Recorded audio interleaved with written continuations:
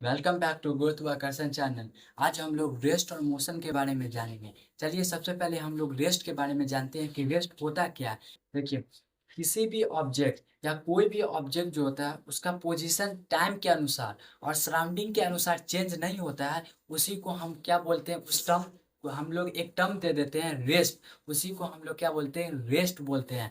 For example लेते हैं कि टेबल पर एक बुक रखा होता है, ठीक है, तो हम लोग उसको बोलते हैं वो रेस्ट में है। इसलिए बोलते हैं क्योंकि उसका जो पोजीशन है, उसका रेफरेंस पॉइंट है, टाइम के अकॉर्डिंग जो वो चेंज नहीं हो रहा है। उसका जो पहला पोजीशन है वो सेम पोजीशन देखने पे भी, बाद में भी उसे देखने पर उसका सेम ही पोजीशन आ रहा है, उसका पोजीशन चेंज नहीं हो रहा है। इसलिए उसे हम क्या टर्म देंगे, रेस्ट देंगे। तो रेस्ट का यही डिफिनेशन होता है कि an object is said to be rest when is position does not change according to time and surrounding.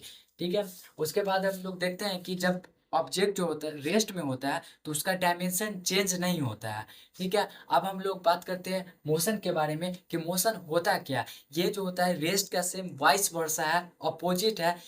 Opposite है कि अगर किसी भी ऑब्जेक्ट को हम मोशन तभी कह सकते हैं जब उसका जो पोजीशन है टाइम के अनुसार और सराउंडिंग के अनुसार जो है चेंज होता रहे। उसी को हम लोग क्या बोलते हैं, मोशन बोलते हैं। फॉर एग्जांपल लेते हैं सन। सन क्या होता है, टाइम के अनुसार क्या करता है, अपना पोजीशन जो है एक जगह से दूसरे जगह पोजीशन को शिफ्ट करते रहता है। तो उसको हम लोग क्या बोलते हैं, अरे ये तो मोशन में है। हम लोग बोलते हैं ना सन तो मोशन में। हम लोग के अब सराउंडिंग पे देते हैं कि कोई व्यक्ति है, ठीक है, वो मूव कर रहा है, मेरे आगे मूव कर रहा है, तो हम लोग के सराउंडिंग में क्या है, वो मोशन में है।